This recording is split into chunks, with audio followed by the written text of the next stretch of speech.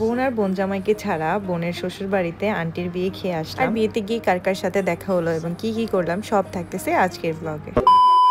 হে everyone, আসসালামু আলাইকুম। কি অবস্থা সবার? সবাই কেমন আছো? আই হোপ সবাই অনেক ভালো আছো। আলহামদুলিল্লাহ আমিও অনেক ভালো আছি। এত সুন্দর করে রেডি হয়ে চলে যাচ্ছিলাম ফার্সিমের খালামণির বিয়েতে, মানে হচ্ছে আমার ছোট বোনের শ্বশুর বাড়িতে।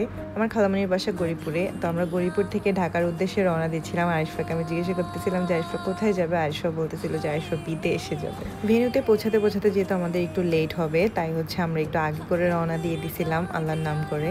যেহেতু রেডি শেডি হয়ে একবারে রওনা দিছি, তো গাড়িতে বসে একটু ভিডিও করছিলাম নিজের, প্লাস হচ্ছে একটু রাস্তার ভিডিও করতেছিলাম। এই রাস্তাটা অনেক সুন্দর, এটা হচ্ছে দাউদকান্দি ব্রিজ।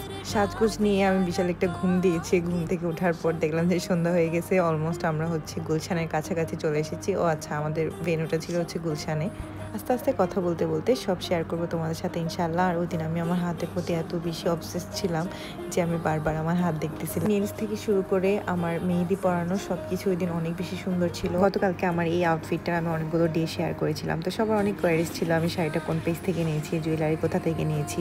শাড়িটা আমি একটা শপ থেকে নিয়েছিলাম ঢাকা থেকে, আর হিজাবটা হচ্ছে আমার পেজে তোমরা অ্যাভেলেবেল পেয়ে যাবা। আর জুয়েলারিগুলো আমার আগের ছিল। সুমনার বিয়ের পর সুমনা এখনো বাংলাদেশ আসেনি, মানে ফার্সিমার সুমনার বিয়ে হয়েছে কিছুদিন হলো, ওরা এখনো বাংলাদেশ আসেনি। যেহেতু ওদের বিয়ের কোনো প্রোগ্রাম হয়নি, তাই সব আত্মীয় স্বজনের সাথে আমাদের পরিচয়টা তেমনভাবে হয়ে ওঠে নাই এখনো। আমি যেন ওই প্রোগ্রামে অ্যাটেন্ড করি, সবচেয়ে বেশি আগ্রহ হচ্ছে আন্টি এবং হচ্ছে ফার্সিমের ছিল। ফার্সিম অনেক বেশি এক্সাইটেড ছিল, কারণ ফার্সিমদের বাড়িতে আমি বেড়াতে যাচ্ছি। আমার সাথে এসেছিল হচ্ছে সাকিব। সাকিব হচ্ছে আমার কাজিন।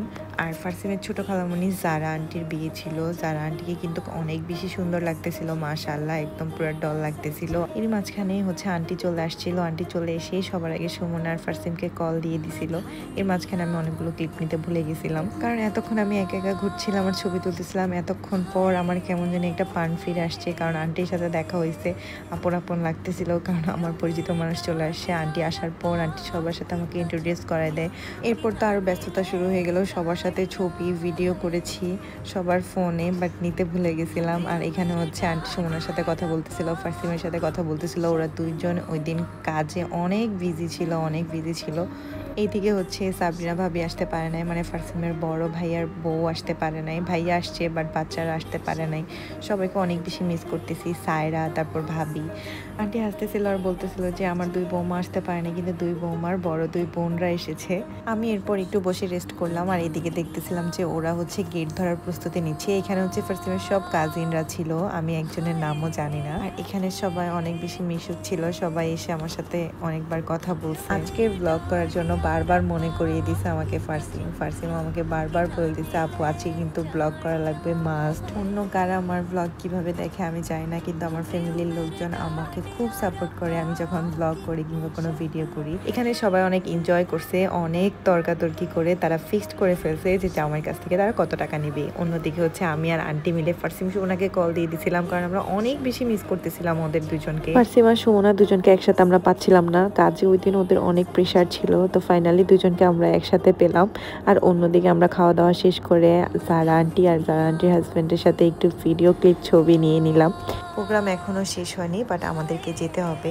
ফার্সিমের ফ্যামিলির কথা নতুন করে আর কি বলবো, সবাই এত বেশি মিশুক, আলহামদুলিল্লাহ সবাই আমাদেরকে অনেক বেশি আপ্যায়ন করেছে। আর এখানে হচ্ছে আন্টি আর ভাই আমাদেরকে নিচে বিদায় দিতে এসেছিল। ফার্সিমার সুমনা দেশে আসলে ইনশাল্লাহ অনেক অনেক ব্লগ করব, অনেক অনেক ভিডিও করব, তোমাদের সাথে শেয়ার করব ইনশাল্লাহ। আর আজকের ব্লগটা এই পর্যন্তই ছিল, তো সবাই ভালো থেকো, সুস্থ থেকো, আমাদের জন্য অনেক অনেক দোয়া করো। আল্লাহ হাফেজ সবাইকে।